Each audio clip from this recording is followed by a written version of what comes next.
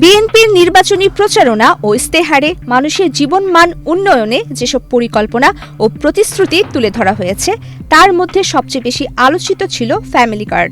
নির্বাচনী জনসভাগুলোতে দলের chairman Tarique Rahman family কার্ডের নমুনা দেখিয়ে এর সুবিধাগুলো তুলে ধরেছেন। বিকাশ পেমেন্টে 10,000 টাকার বেশি অফার, শপিং চলছে তো। ত্রয়োদশ জাতীয় সংসদ নির্বাচনে নিরঙ্কুশ সংখ্যাগরিষ্ঠতা নিয়ে সরকার গঠনের পর এবার দ্রুততম সময়ের মধ্যে সেই প্রতিশ্রুতি পূরণের উদ্যোগ নিয়েছেন প্রধানমন্ত্রী তারেক রহমান। দায়িত্ব গ্রহণের পর দ্বিতীয় দিনেই ফ্যামিলি কার্ড চালুর কর্মপরিকল্পনা চূড়ান্ত করার জন্য আন্তঃ মন্ত্রণালয়ে বৈঠক অনুষ্ঠিত হলো।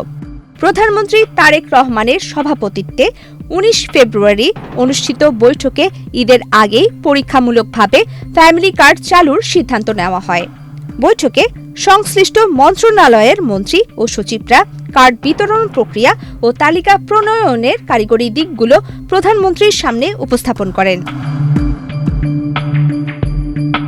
বিএনপির নির্বাচনী প্রতিশ্রুতি অনুযায়ী সাধারণ মানুষের জীবনযাত্রার ব্যয় কমাতে ফ্যামিলি কার্ডকে সরকারের একটি অগ্রাধিকারমূলক প্রকল্প হিসেবে বিবেচনা করা হচ্ছে।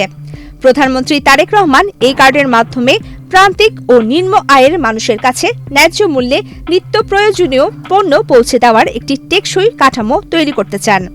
এই কার্ডের মাধ্যমে প্রতিটি পরিবার মাসে 2,500 টাকার সমপরিমাণ পণ্য পাবেন। পর্যায়ক্রমে সারা দেশে 4 কোটি মানুষকে এই সুবিধার আওতায় আনা হবে।